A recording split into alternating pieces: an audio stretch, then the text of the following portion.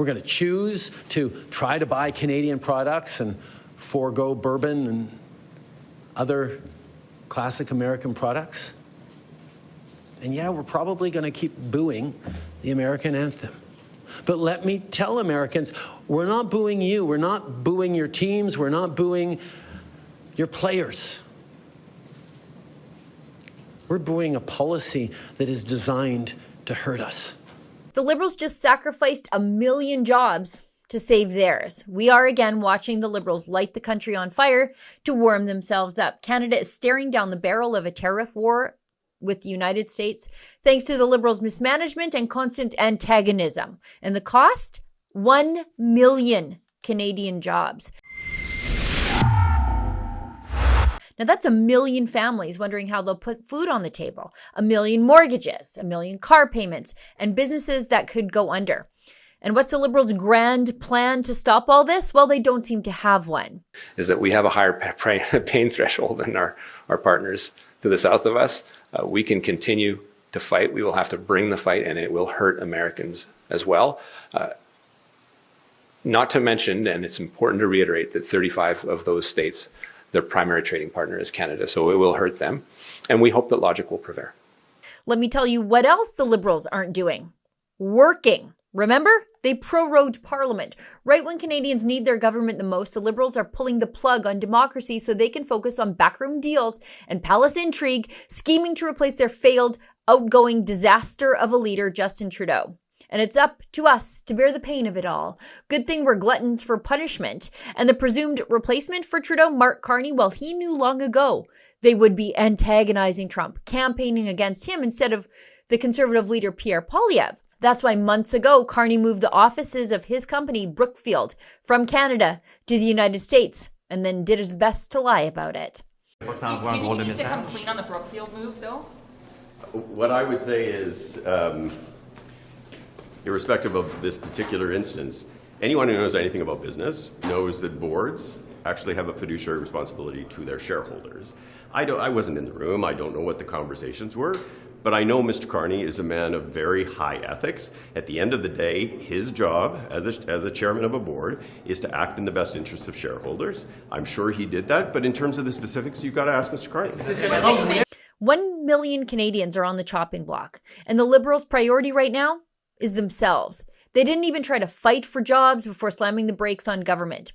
Instead, their biggest concern is who will sit in the fancy chair at Rideau Cottage. Canadians be damned. Trump. And I've dealt with Trump in the past. He respects strength. He respects strength. Like a lot of bullies, he respects strength. Let's talk about the Liberals' response to this mess. The Liberals just doubled down on their anti-American rhetoric. The United States accounts for 76% of our exports, and instead of negotiating like adults and taking the heat down, the Liberals are escalating, throwing gasoline on the fire. Trudeau just called Trump dumb. Now I want to speak directly to one specific American, Donald.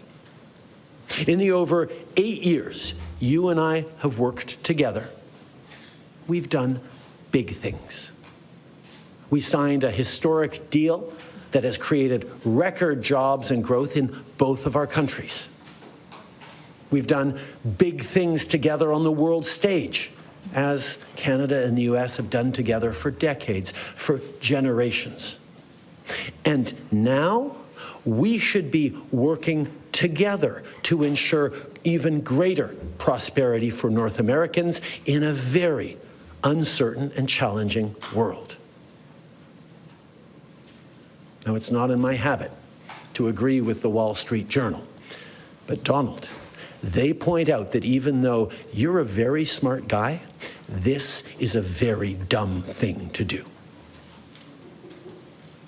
We two friends fighting is exactly what our opponents around the world want to see. I think that phone call's coming from inside the house, as if poking the bear that controls our economy is some brilliant diplomatic strategy. Do these people have any idea what they're doing? This isn't playground trash talk. These are the livelihoods of millions of Canadians. This entire situation is a crisis of the Liberals' own making. Donald Trump told them exactly why the tariffs were coming and when they were coming. He was very clear. Canada's border is wide open. Illegal immigration is out of control. Trudeau and his minions let criminals and cartel traffickers waltz into the country. And what was their response? Sanctuary policies, more handouts, and shrieking about compassion. Fentanyl, Mr. President, less than 1% of all fentanyl that comes into the U.S. is apprehended at the Canadian border. So why use fentanyl as a reason? Because they to should impose be apprehending tariffs? much more. They're only apprehending 1%. You're right about that. It's a little more than that. But they should be apprehending much more because a lot comes through Canada. And as Mexico gets stronger in terms of the border, it goes up to Canada. And a lot of drugs are coming in through Canada. We can't have that. Now, reality is slapping these people in the face. Trump warned Canada and Mexico, fix your border, stop the fentanyl poison, or pay the price.